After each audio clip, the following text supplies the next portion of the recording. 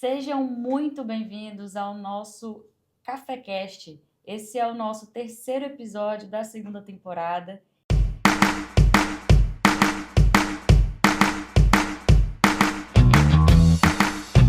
E para esse episódio, nós trouxemos a doutora Cibele Navarro. Cibele, muito obrigada por aceitar o convite. Se apresenta para as pessoas que estão nos assistindo. Olá, obrigado, Mariana, né? Muito obrigada pelo convite. Já nos conhecemos há algum tempo, né? Dividimos Sim. alguns pacientes que estão aqui, estão lá. Meu nome é Cibele, eu estou em Roraima desde 2008. Eu fiz medicina em Santa Catarina, clínica médica, hematologia no Instituto Nacional do Câncer e a prova de título de oncologia clínica em 2017. Fiz o mestrado em oncologia e faço doutorado pela Universidade Federal Fluminense também na área de cuidados de saúde em qualidade de vida no câncer. Que maravilha, né, Sibeli? Assim, é tão importante a gente continuar estudando, e você faz essa busca muito ativa, né? Isso é muito admirável para a gente e para todos os seus outros colegas, né? Com certeza. Porque a gente vai adquirindo ali a excelência no que faz através do estudo, e a gente não para de estudar nunca, né? Apesar de profissional, a gente é eterno estudante. Cibele, é tão importante que a gente aborde esses temas, né, da saúde, faça essa conversa com a psicologia. Inclusive, gente, o nosso tema hoje é quando o corpo padece, quando o corpo adoece, a alma também padece, né? Cibele, como que é a tua rotina, o teu trato com os teus pacientes, o teu dia a dia? Conta um pouquinho pra gente. Bom, então a primeira coisa é que muitas vezes nós ouvimos a seguinte expressão: eu não conseguiria fazer oncologia. Eu acho que eu não conseguiria", passando uma sensação de que quem faz oncologia é frio. E eu Uhum. costumo dizer que é justamente ao contrário, é exatamente o contrário. Justamente por entender a dor do outro que eu Sim. consigo, através do conhecimento técnico, aliviar, curar muitos. Nós temos muitos pacientes curados, nós temos alguns que têm a chance com o tratamento de viver mais, e Uhum. ainda quando eu não consigo curar, eu consigo aliviar a dor, eu consigo tirar um sintoma grave. Sim. Então, eu costumo usar uma analogia, Mariana, que aí todo mundo baixa as armas, que é: nós precisamos de bombeiros que corram para o fogo e não que corram do fogo. Perfeito. Porque a gente tem a sensação de que é uma profissão muito dura, então ninguém vai fazer. Não, nós precisamos de policiais sérios, que nós confiamos e Sim, que corra para o perigo se a gente estiver em perigo. A mesma coisa com os sim, bombeiros, a mesma coisa na área da saúde. Nós não podemos nos ausentar dos casos difíceis. sim, Mas para fazer isso eu não preciso ser fria, sim. pelo contrário, né? Se eu fosse muito fria, eu estaria fazendo outros tipos de negociações financeiras que eu não tivesse levando em consideração onde é que a pessoa vai terminar com aquilo. E esse não Perfeito. é o nosso papel. Eu costumo dizer para os que estão entrando na área da saúde que bom que é Uhum. ganhar o dinheiro fazendo bem. É isso. É o que realmente traz significado, não é?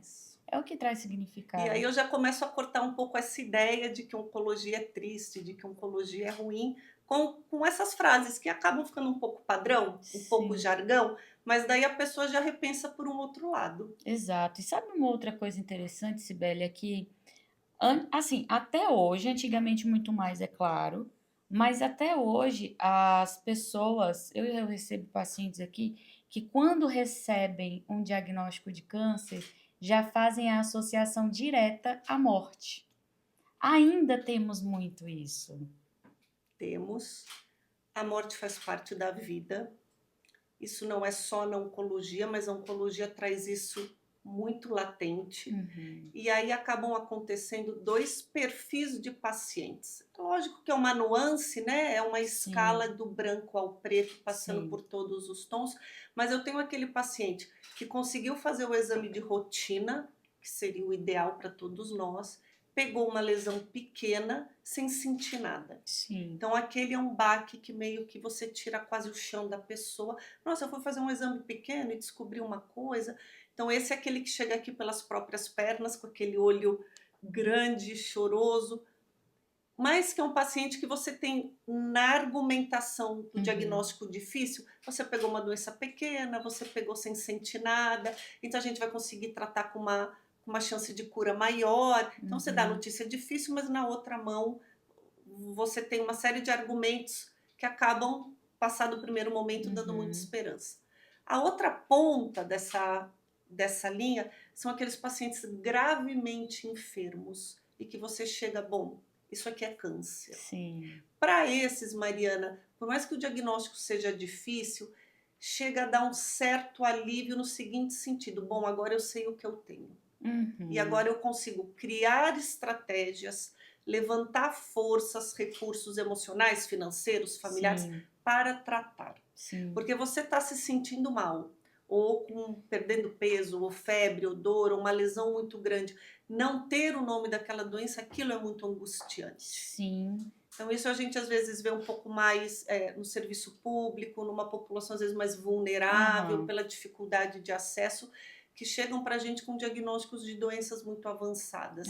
Então, Aham. o diagnóstico de câncer, ainda que seja impactante, ele Uhum. fala: bom, então agora eu tenho um norte para tratar. Porque É daí ele faz uma isso. matrícula no serviço, o serviço costuma ter.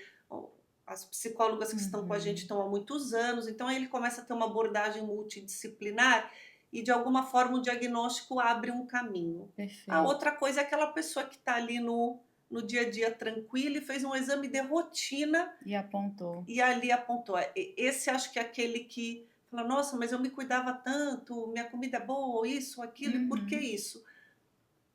Porque é os desígnios de Deus, porque nós não É, controlamos tudo, é. mas a gente está aí para todas essa gama de pacientes, para aquele que pega a Sim. doença pequena, no exame de rastreio, para aquele que pega a doença muito grave.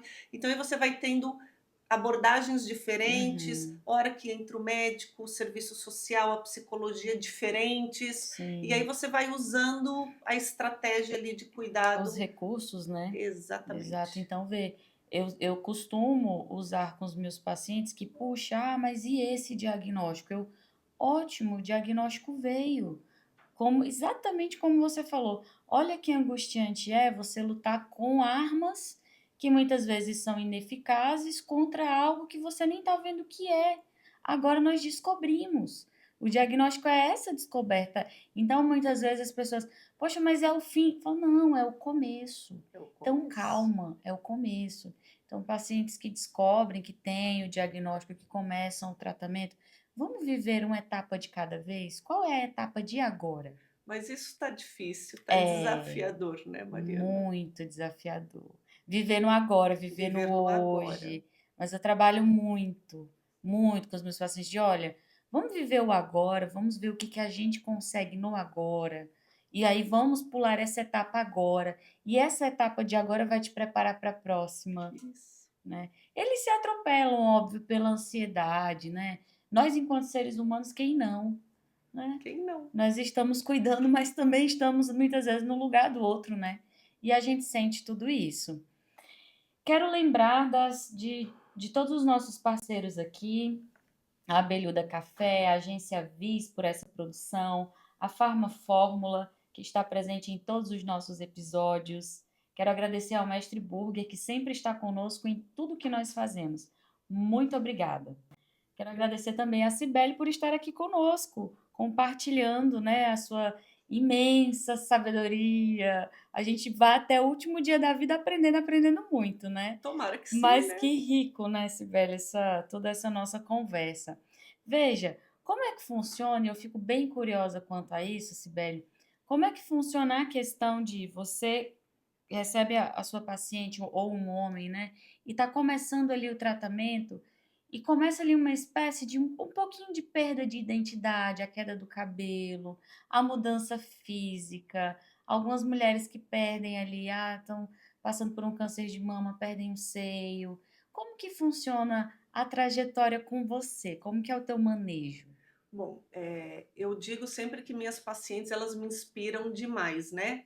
Com a história de eu machucar o joelho e trabalhar de muleta, eu falava, gente, quando eu olho essas mulheres entrando aqui, Aham. quem sou eu Eu nessa não tenho história? nada, Eu né? não. Elas vêm, elas perdem o cabelo, mas elas conseguem se reinventar. A grande Sim. maioria delas, a grande maioria, eu vejo elas entram umas com peruca, umas com touca, umas só com o chapeuzinho feito de crochê, cada uma no seu estilo, geralmente combinando cores, brincos, dificilmente eu recebo uma paciente muito deprimida, Aham. ou muito e quando a gente recebe, a gente já começa a fazer o Isso. trabalho de base, chama a equipe. Às vezes a pessoa tem um jeito mais reservado, mas no geral, você tratar uma doença grave, por incrível que pareça, ela te dá uma força Sim. que você encara tudo como temporário, Uhum.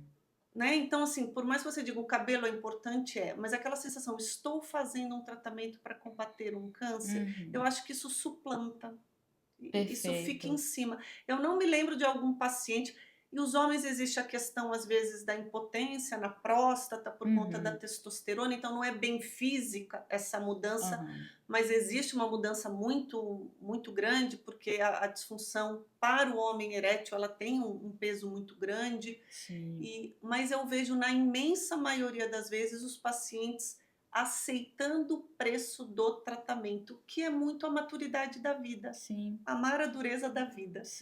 Sim. Então, assim, não é fácil, algumas choram, uma grande parte vem com apoio, mulheres apoiadas por outras mulheres, geralmente homens apoiados pelas mulheres da família, não Uhum. são todos, mas volta aquela a mulher ela é um centro forte do É. cuidado e da aí fazendo um parênteses que eu brinco muito, menina aprende a cuidar desde cedo, os meninos botam os bonecos para lutar, lutar, lutar e jogam os bonecos, daqui a pouco pega luta, luta, luta e ou seja, o homem não é ensinado, de alguma medida isso está estrutural, a É. cuidar. Sim. Vemos excelentes exemplos de filhos e maridos, mas a grande maioria dessa força cuidadora que mantém o paciente, ela é feminina, É. ainda é E é feminina. lindo, assim, eu tenho um caso muito curioso de uma paciente que eu comecei a atender na época da pandemia, que ela adquiriu, teve um toque, óbvio, quem não desenvolveu um pouco de toque ali, aquela questão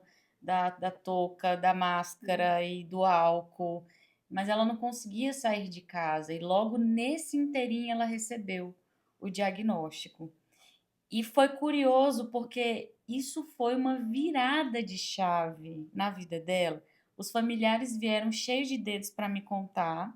Ela não vinha presencialmente, eu a atendi online, já uma senhorinha. E assim, Sibeli, foi uma virada de chave tão drástica. Aquela pessoa ansiosa, com crises de pânico, que se tremia toda pensando na possibilidade de sair de casa. Ela se tomou assim por uma força e resiliência que ela passou por todo o tratamento, fez todas as sessões de quimioterapia e aí simplesmente estou bem, não tenho mais ansiedade, tá tudo bem, tá tudo maravilhoso. Completou o tratamento, viajou, foi rever familiar fora. E aí eu vi assim uma história bonita de virada de chave e de recomeçar a viver a vida de uma forma diferente. Nada como a realidade da morte presente para você se agarrar à vida que Aquela você tem. centelha.